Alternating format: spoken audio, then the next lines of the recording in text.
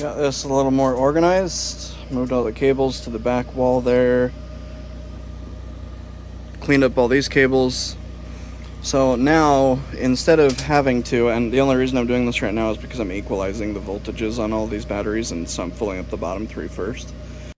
Welcome to Frozen Frontiers. These cables don't have to go all the way over anymore.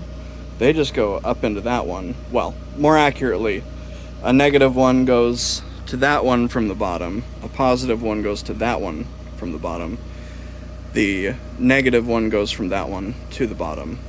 So we've got negative, positive there. And then we've got negative, positive there. So essentially what this one, if this one's ever pulling power, it's going to be pulling through this whole chain to get any power instead of just pulling from the first one. And same with this one, it'll be pulling this way through the chain for its power. So it should be balanced out as best as it can be with this setup. The only other better way to do this would be to have all of these run into a bus bar in the middle, which, I mean, I might do that in the future because that'll decrease the amount of times I have to cycle these things.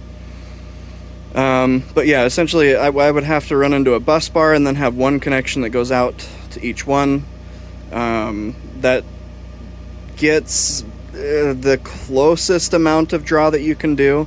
If you can manage to get all of the cables the exact same length, then you're golden. It just is really difficult to do that. So you'll always have a little bit of sway on that, or drift on that, I guess they might call it that. But with this setup, it's about as good as it can go. Right now I have to do it about once a month, otherwise it'll start shutting the batteries off at about 40% on these. So essentially what I do is I disconnect the top three from the bottom three. I keep the BMS cables all hooked up so that the BMS is reading all of the batteries, but it's doing an average. I don't think this is the way you're supposed to do it, but it's the way that I'm doing it because it works. But what it does then is the bottom three will essentially line up to about the same SOC percent, statement of charge, and the top three will be way off. So I can show you that right now by turning these on. So this one says it's at 62.62. This one says now it's at 100%. This is not accurate, and according to this BMS, it should have stopped charging. The actual cutoff for these devices, it's on a sticker over there. The actual cutoff for these devices is 57.6%. See if I can get that here. So yeah, the voltage cutoff is 57.6 or 57.4. I can't read that because I'm right up next to the wall. But what happens is when you get this drift, this battery, when I started charging them, was at 10%. This battery was at 40%. This battery was at 60%. So over the course of a month, I got all these cat scratches. Over the course of a month, this battery is saying that the charge is less than this battery, but it's going to balance the SOC between all of them. So essentially when you have 10% here, 40% and 60%, it's going to be right around like 35%-ish. I have my generator turn on at 50% charge now, so that's good. I don't know if that'll help versus draining it further every time, but we'll see. So then what I do after these ones are charged is I just come out and move the connections from there and there to there and there, and then charge the top three. You're supposed to let the batteries sit after you've charged them, just so that they can kind of equal out and the statement of charge can equal out between the two. So what I'm gonna do this time around, I didn't do this last time, is I'm gonna, after I charge the bottom three, I'm gonna charge the top three and then only use the top three. So I'll drain the top three, and then after I charge those ones back up all the way, I'll switch to the bottom three again and let these ones sit. So these ones will be sitting while I'm using these three. So I'll use these three, drain them up, and then charge them all the way, or drain them down, charge them all the way, and then switch down to these 3 while these ones just sit and the voltage equalizes between the 3. So hopefully that helps out. You're supposed to only have to do this once every like 3 months or so, but this is seeming like it's about once every month that it gets to the point where it's shutting off at about 30%. So I just want to see if I can figure that out a little bit better. But what I'm doing with charging these bottom 3, and the BMS says it's at 100% on this battery. That one's 93.92%, and this one is 84%. So I think that when this one gets to around 100%, that's when it should stop charging all of them. On my inverter, it's registering 69% for the batteries, because this master BMS is connected to this one, and the top 3. So it's taking an average of all of these statement of charges. Yeah, see, this one's at 9%. That's so freaking low. So, and this one's at 62%. They're right next to each other. They've been connected up the whole time. So it just, they get out of sync every now and again, and I was having them when when Mike and Bruce came, I was having them shut off at 87%. So they were all sorts of messed up. But yeah, doing it this way gets the statement of charge, you know, at least a little bit synced up.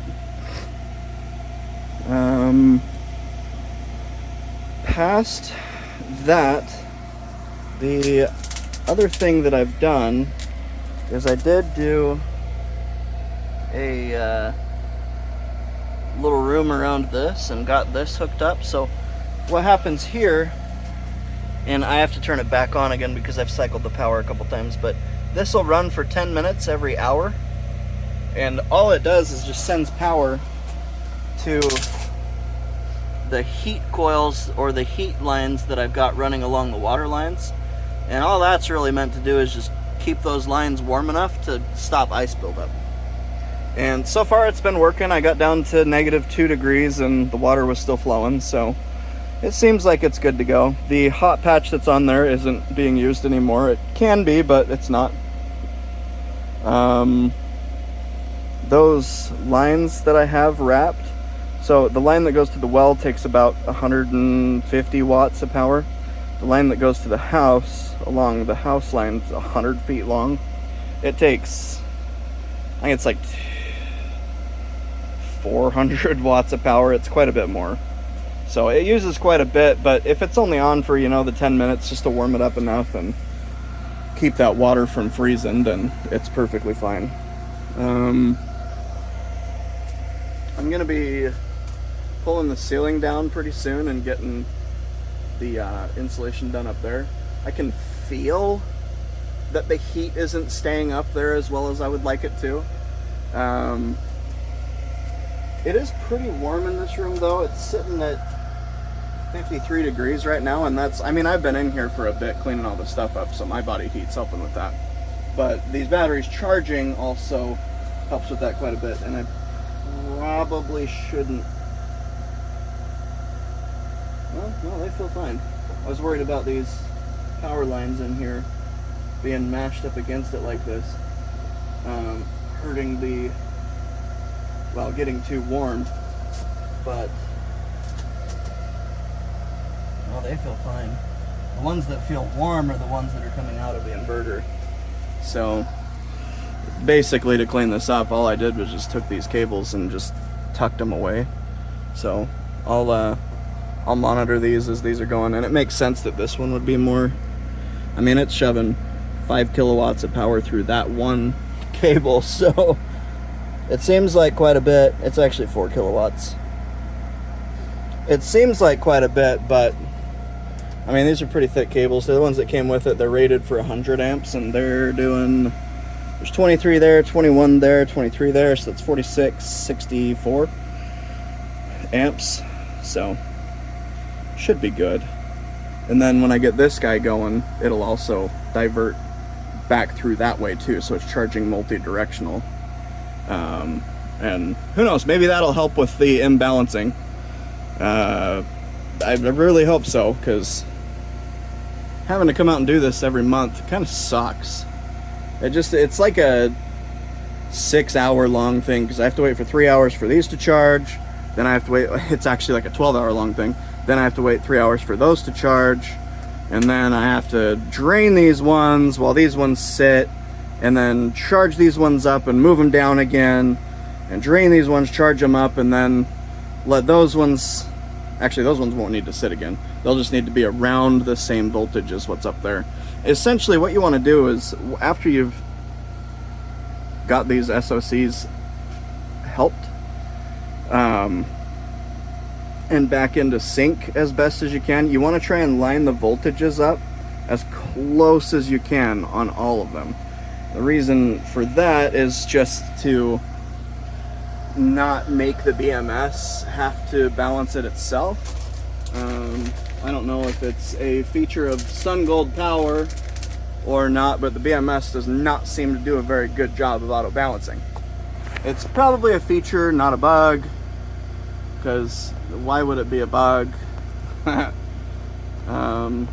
got a lot of the spaces in here sealed up, so like I've run my hand around. I should probably get like a little lighter and run that around too, if I can see if there's any place that's just pouring air in. But I think I've got most of it pretty much figured out.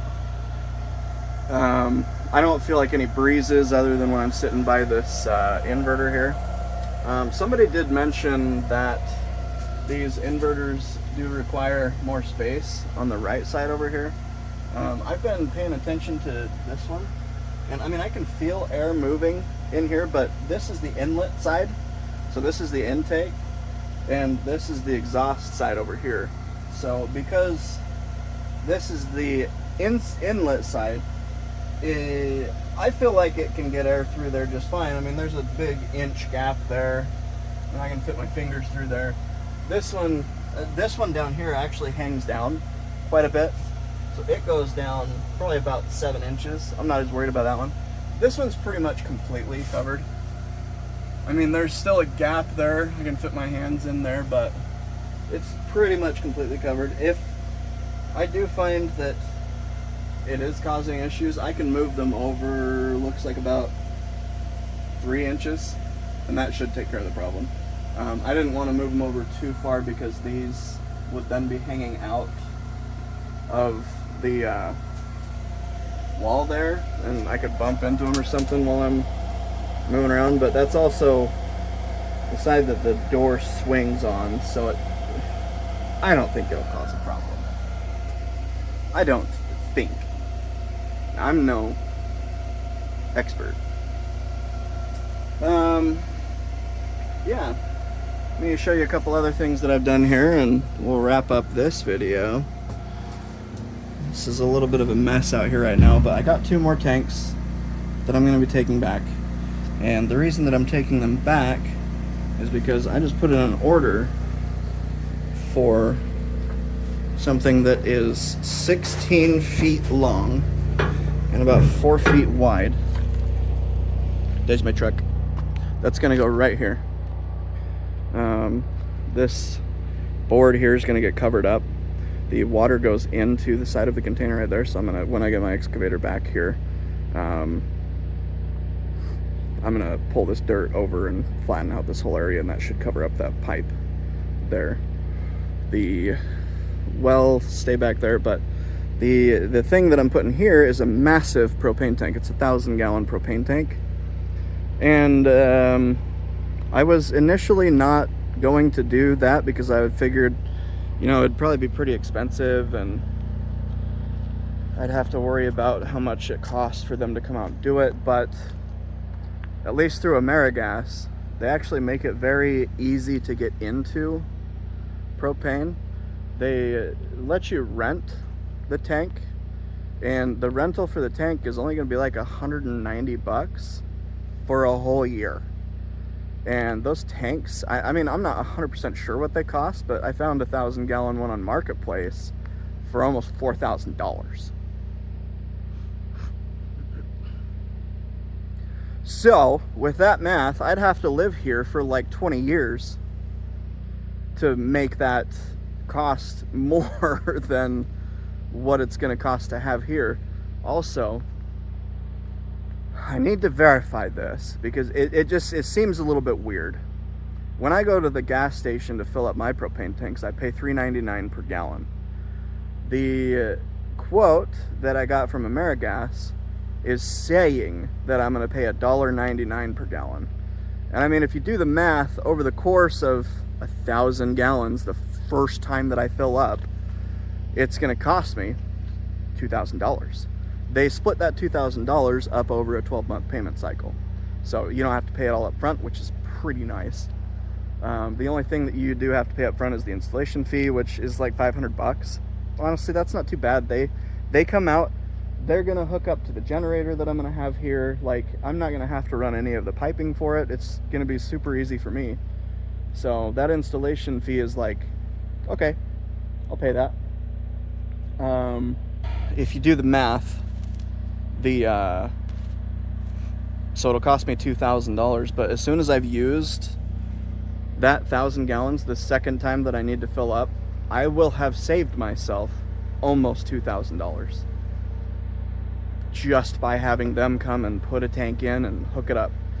Then with a 1,000-gallon propane tank, it would only make sense to run a lot more of what I've got around here off of propane. So I looked up, how much the underground propane lines cost and what needs to happen for those, and I'm seeing online that I only need to bury them about 5 feet deep. I think that they need to go further than that because it does mention the frost line. The frost line out here is ludicrously low. So I'll probably go about 8 to 10 feet down with that, and it's really not going to be that much of a problem because of the excavator, but that'll be a next year project. I'll probably switch my container over to propane for the water heater. I may do an instant water heater propane solution. We'll see. Those can run quite a bit of money. The nice thing about them is that they don't take up that much space, and that's one thing that in this guy I do struggle with. So that is the one nice thing about those. They can only heat up the water so quick, and because the water coming out of the ground here is like 37 to 40 degrees, it would be rough to know that that water is going to be hot when it's coming out of the spigot, so, or the faucet, whatever you want. So I don't know. That's something I'll have to look into next year, but for sure I would be converting to a tanked propane water heater, and if not that, then a instant propane water heater. It's really not that big of a change. I just have it in the same place, but anyway. Then running the propane lines over there, it's like I don't have to have propane that I go and fill up unless I have like one of those post heaters that you put the propane tank in the bottom, So, and I probably will have 1 or 2 of those because those are pretty nice, and especially out here in the winter, you turn it on, you can actually go outside instead of it being, weather enough for me to wear a long sleeve shirt. I think it's like, I don't know, 30, 20, 29, 30 degrees out right now. I'd go check, but I don't want to walk all the way over there just to tell you guys. No, the well seems to be doing just fine. I was a little bit worried because I didn't bury this part of the well very deep. It's about 6 feet down. When I was standing in the bottom of that hole, I was, it was like here or there depending on where I was standing in the hole. So it was deep enough to think that it should be okay as long as that ground stays warm enough. One thing that I do want to try to do is when I bring the generator over here, I want to have the exhaust of the generator going that way, because then when it turns on, it can help warm up the ground and keep it from freezing as much. The only other thing that I worry about with that is if it's gonna melt the snow that's on the ground, snow actually acts as an insulator, a pretty good insulator for the dirt that's below it. So if I melt that snow, then it's just dirt exposed, but if that dirt's getting every day and a half thawed out, then hopefully the frost line that's going down below that doesn't get the chance to go as deep. We'll see. I'll report back on all of that. You'll probably hear about it in the middle of the winter when it's frozen over on me and I'm completely screwed. But I mean, I lived here last year without utility, well, part of the year last year without utilities, so water anyway. So I can do it again. Plus I've got those wrappings around it, so I'm pretty sure I can unfreeze the line whenever I need to. Trying to think if there's anything else that I'm waiting on before I wrap things up for the winter over here. It did snow. You saw that in the last video. It was really nice. It's supposed to snow next week, next Wednesday. Richie is coming out. It'll be nice to have some company. We're just gonna chill, you know, drive around, do whatever. So it'll be pretty fun. I'm pretty excited for it. And then Brandon's coming out some point in November. I don't know when, just whenever he can make it. So, but anyway, I'll wrap it up there and head inside, get some dinner made. I hope that wherever you're at, you're having a great time doing it and doing it as best you can. We'll catch you later.